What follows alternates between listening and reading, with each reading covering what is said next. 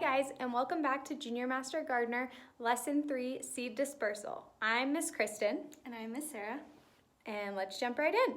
Last week, we talked about red light, green light foods. And a thing about our green light foods is many of them start with one seed. But how do these seeds get into the right place? But first, we need to think about what our plant needs are. So let's go over our PLANTS that we learned in Lesson 1 about plant needs. Miss Sarah, what does P stand for? Place. L? Light. A? Air. N? Nutrients. T? Thirsty. Thirsty, so plants need water. S? Soil. And touch your toes. Touch your toes. Good job, Miss Sarah. Good job, you guys. Miss Sarah, I have right here our 2 little acorn seeds. And we're gonna see what kind of plant needs they get, if they're in a good place or not. Look at all this light that's coming from our sun. Look at all those light rays, Miss Sarah. Do you think that one seed might grow better than the other? I think the one that's not tucked under that tree is gonna get a lot more light. I think so too, and plants need light to grow, right? They sure do. They do. So this little seed under the tree isn't gonna get much light. It might get a couple rays through the leaves, but not near as much light as it needs, like this acorn away from its mama tree. Miss Sarah, now it's raining outside. Which seed is getting its plant need? I think it's gonna be that seed again. Yeah, what's happening to this seed, Miss Sarah? He's getting shaded out by the big old tree there. It's acting like a big umbrella. It is acting like a big umbrella, so our little acorn seed right here under the tree is not getting the water it needs to live. But this seed that is moved away from the mama tree is getting plenty of water. Today, we are going to talk about how this little acorn could have gotten all the way over here away from its mama tree, because seeds have to move to get into the right place. We like to call this movement seed dispersal or disperse. Disperse means movement. So when we say seed dispersal, we are talking about how seeds move from one place to another. And there's many ways a seed can do that. Our first way that seeds can move are by the wind. So I want you guys to think about a dandelion. Miss Sarah, when you have a dandelion, what do you like to do with it? I like to blow it out like a candle. Blow it. And then what happens when you blow it? What happens to all the little feathers?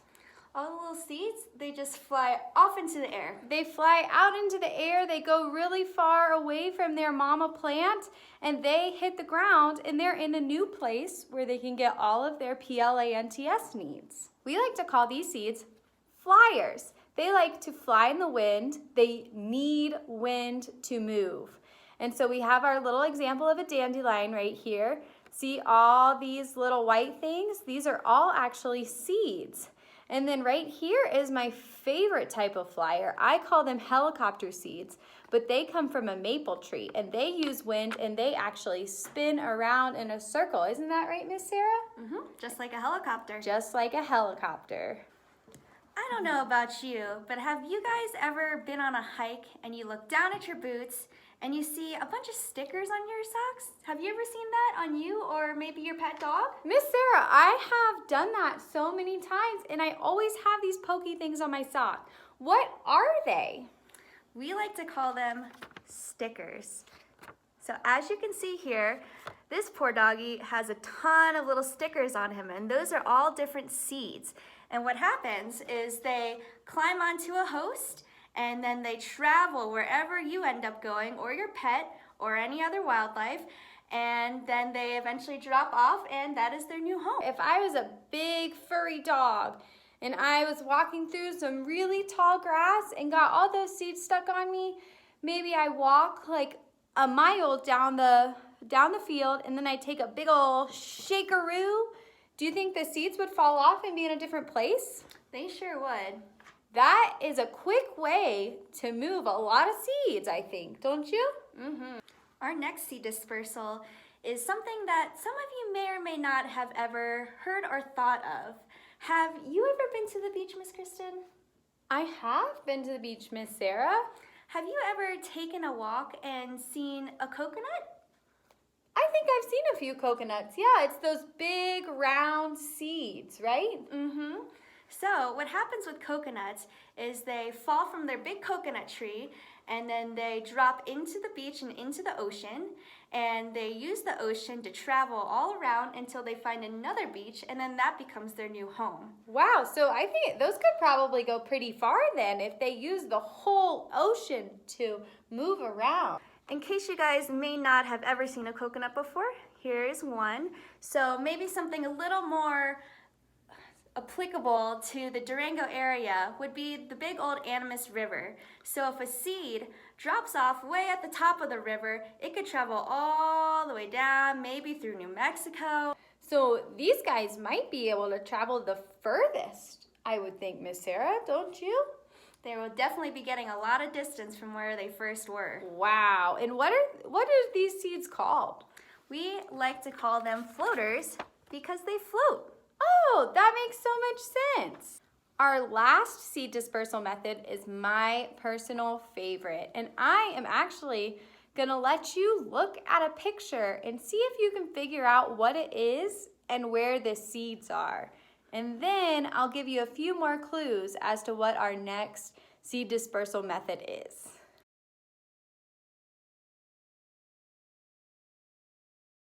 Miss Sarah, do you see any seeds in here? I am seeing a ton of seeds. All of those little red spots to me look like seeds. Yes, so these bright red spots that you were just looking at are all seeds.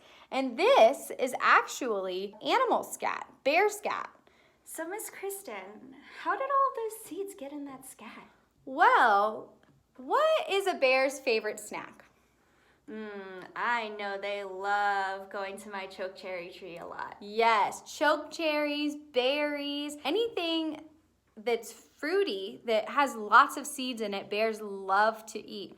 And these seeds are called processors. Our processors are tasty, smelly looking seeds. Normally there's a lot of them that animals like to eat. They eat them and their body processes the seeds, and then they are eliminated through our bear scat or our animal scat. A bear could eat some berries on a bush, then it could even walk about 5 miles before it goes to the restroom and eliminates its seeds.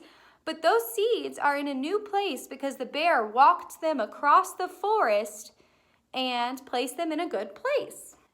Now that you know all about seed dispersal and how seeds move, I want you guys to try and make models of your own. So I want you to find a seed at home and make a model that's either a floater, a flyer, a sticker, or a processor.